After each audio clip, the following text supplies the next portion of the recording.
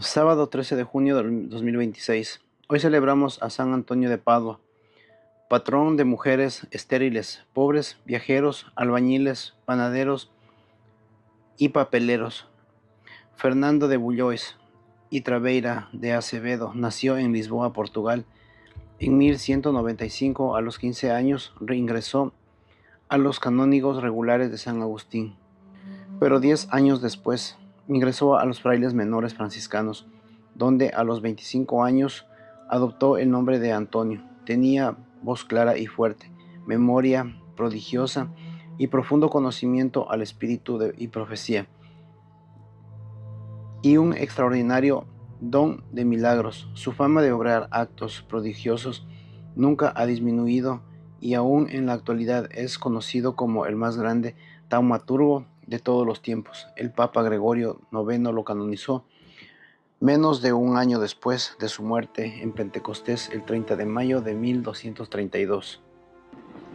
San Antonio nace en Lisboa en el 1195, santo franciscano, de origen portugués, sacerdote y doctor de la Iglesia. Su nombre de nacimiento era Fernando Martins. Era hijo primogénito de Martín de Alfonso, caballero portugués, descendiente de nobles franceses, los Bouillon, y de María Taveira. Estudió en la escuela catedralicia, donde su tío suyo era maestro escuela. Más tarde, en torno del 1210, ingresó en el monasterio de canónigos regulares de San Agustín, San Vicente de Fora, cerca de Lisboa. Allí tuvo como maestros al propio prior Pedro y a un hombre de amplios conocimientos como Petrus Petri. Pero la familia y amigos no aceptaron su vocación y trataron de hacerle abandonar. Para evitar estas presiones, renunció a la herencia de la familia y se trasladó en el 1212 al monasterio de Santa Cruz en Coimbra, importante centro de enseñanzas religiosas que contaba con una gran biblioteca. En este otro lugar recibió la influencia de la Escuela Teológica de San Víctor París, a través de profesores que había estudiado allí. Tampoco en Cambria encontró tranquilidad, pues el monasterio se vio afectado por el enfrentamiento del rey Alfonso II de Portugal y el Papa Inocencio III. Su propio prior Juan fue excomulgado por apoyar al primero. Hacia 1219, fecha en que probablemente era ya sacerdote, conoció a la pequeña comunidad franciscana de Cambria, establecida poco antes de los eremitorios de Olivares, y se sintió atraído por su modo de vida fraterno, angélico y en pobreza. Cuando poco después llegaron a su monasterio restos de primeros mártires franciscanos, muertos en Marrakech, decidió ingresar en la nueva orden que acusa de su recién creación. Aún estaba poco extendida y carecía del prestigio que alcanzaría más adelante. Fray Juan Parenti, provincial de España, presidió la sencilla ceremonia de toma de hábito franciscano, verano de 1220, en la que cambió el nombre de Fernando por el de Antonio.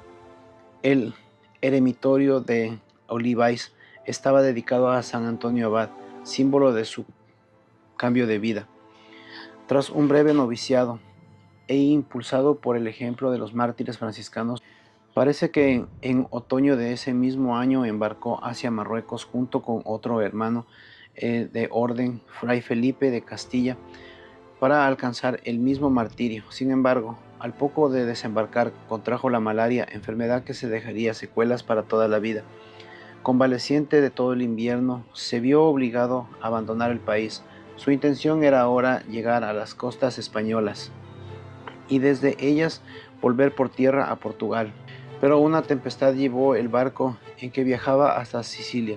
Permaneció algún tiempo en Milazzo, costa noroeste de la isla, donde había una comunidad franciscana para completar su recuperación.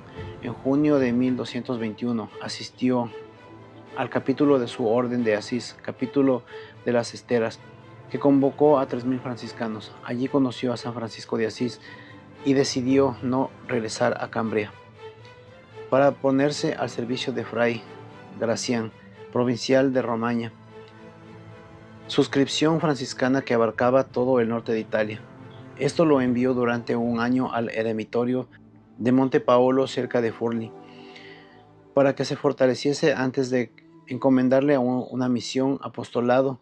A mediados del 1222, ya con buena salud, predicó en la catedral de Forlì, sin haber preparado previamente sus palabras, pero con gran profundidad, con ocasión a unas ordenaciones de franciscanos y dominicos. Su provincial le nombró predicador y le encargó ejercer su ministerio por todo el norte de Italia, donde se extendía a muchos lugares el catarismo. Recorrió así, enseñando numerosos lugares.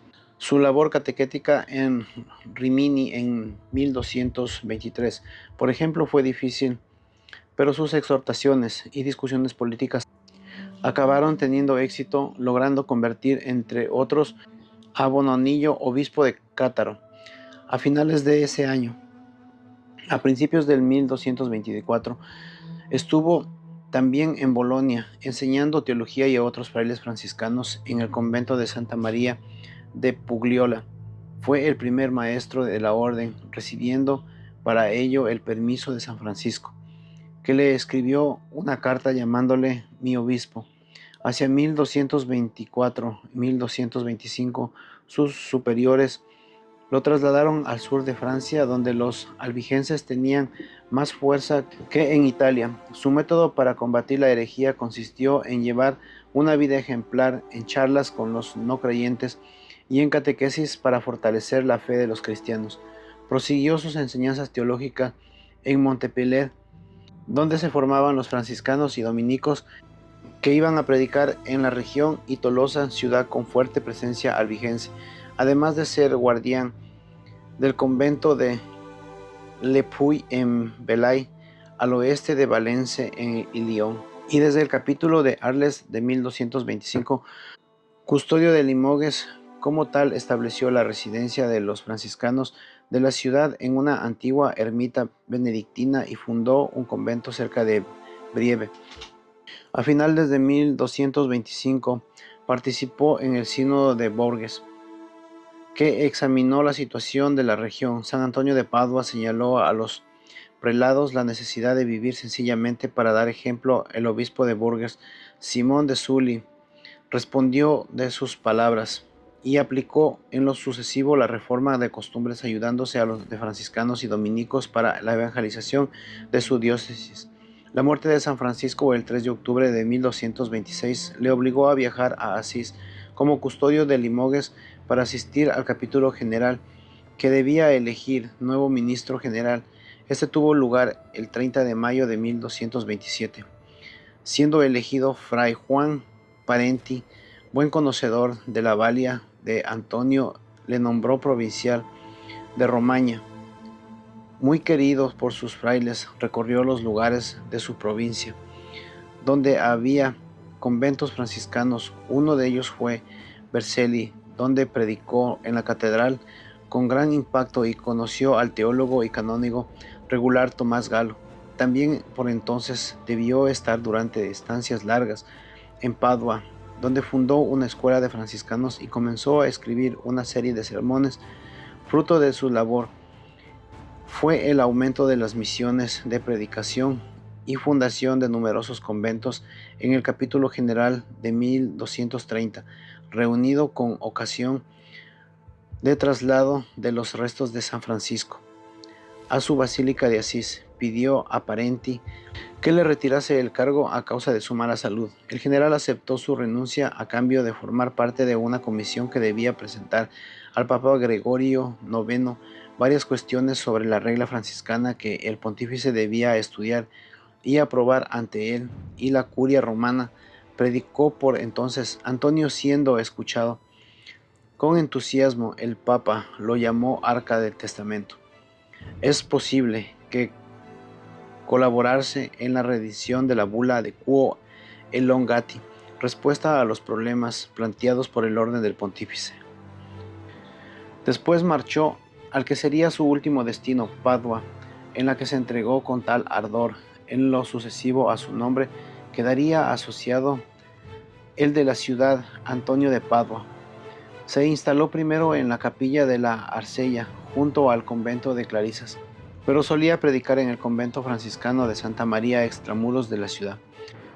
Escribió por petición del cardenal Reinaldo dei Segni, el futuro Alejandro IV, una serie de sermones según las fiestas del año litúrgico y predicó hasta el agotamiento la Cuaresma de 1231. A sus sermones diarios asistió gran parte de la ciudad y consiguió del Consejo Mayor de la ciudad la liberación de los deudores presos por no tener medios con que pagar sus deudas, origen del estatus de San Antonio. Poco después, el podasta Esteban Badoer le rogó que solicitase al poderoso Ecelino IV da Romano la liberación de varios nobles paduanos que tenía prisioneros. De este modo viajó a Verona y se entrevistó con Ecelino, aparentemente sin éxito.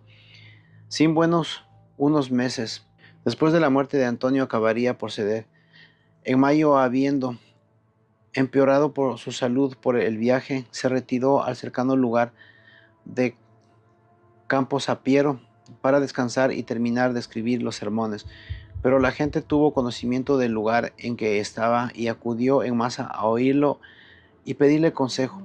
El viernes 13 de junio sufrió un colapso y ante el próximo fin pidió que se trasladasen a Padua y así hizo, aunque para evitar las multitudes se detuvieron en la Arcelia donde murió Antonio esa misma tarde tras recibir la extrema unción y recitar los salmos penitenciales. No tenía aún 40 años y habiendo ejercido su intensa predicación poco más de 10. Orador sagrado, fundador de las hermandades de cofradías, teólogo y hombre de gobierno, dejó varios tratados de mística y de ascética y publicados todos sus sermones. Un año después de su muerte fue beatificado. Su culto, muy popular, se generalizó a partir del siglo XV. Su representación más valiosa se debe a Goya, quien lo plasmó en San Antonio de Florida. Fue proclamado doctor de la Iglesia en el año 1946. Sus fiestas se celebra el 13 de junio. San Antonio de Padua, ruega por nosotros.